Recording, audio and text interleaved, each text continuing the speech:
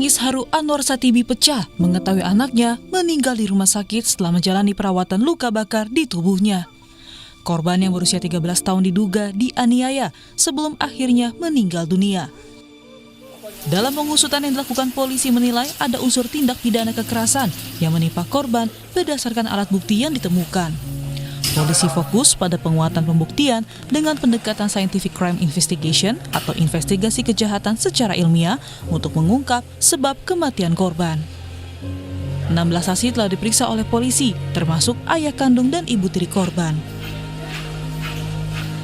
Dengan perkara kematian daripada anak NS, kita maraton selama 24 jam melakukan penyelidikan dan perkara sudah kita naikkan pada tingkat penyidikan karena kita sudah menemukan beberapa alat bukti yang tentunya bisa kita yakini ini ada peristiwa pidana, yaitu pidana dugaan kekerasan baik fisik ataupun psikis terhadap korban anak, yakni saudara NS.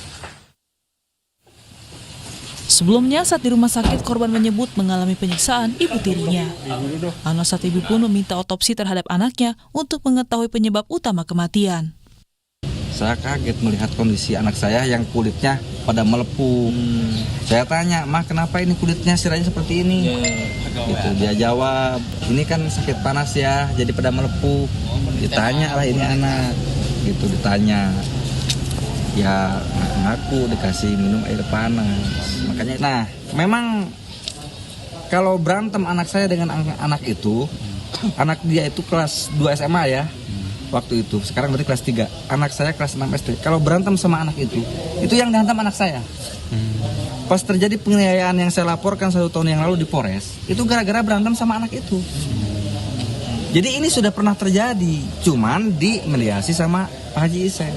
Dia sujud ke saya, jangan lapor, Mama mau tobat.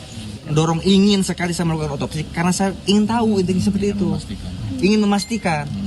Saya nggak bisa nuduh-nuduh sembarangan, nggak bisa, nanti kenanya fitnah.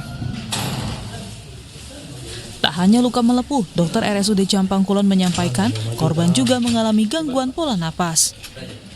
Justru kami menemukan kegawat daruratannya adalah gangguan di pola napas. Tetapi apakah gangguan pola napas ini disebabkan oleh luka-luka yang dialami pasien, tidak bisa langsung kita simpulkan. Jadi mungkin ada kondisi penyakit lain yang bisa menyebabkan kondisi napas pasien mengalami pola napas yang tidak adekuat atau tidak baik seperti itu. Jadi tindakan yang kami lakukan adalah penanganan untuk memberikan jalan napas yang terbaik. Jadi apakah ini suatu kondisi akibat meminum air panas belum bisa kita pastikan. Kini, selain menaikkan status kepenyidikan, polisi masih menunggu hasil laboratorium patologi anatomi dan toksiologi forensik terhadap sampel organ dalam korban. Tim Liputan, Kompas TV Sukabumi, Jawa Barat.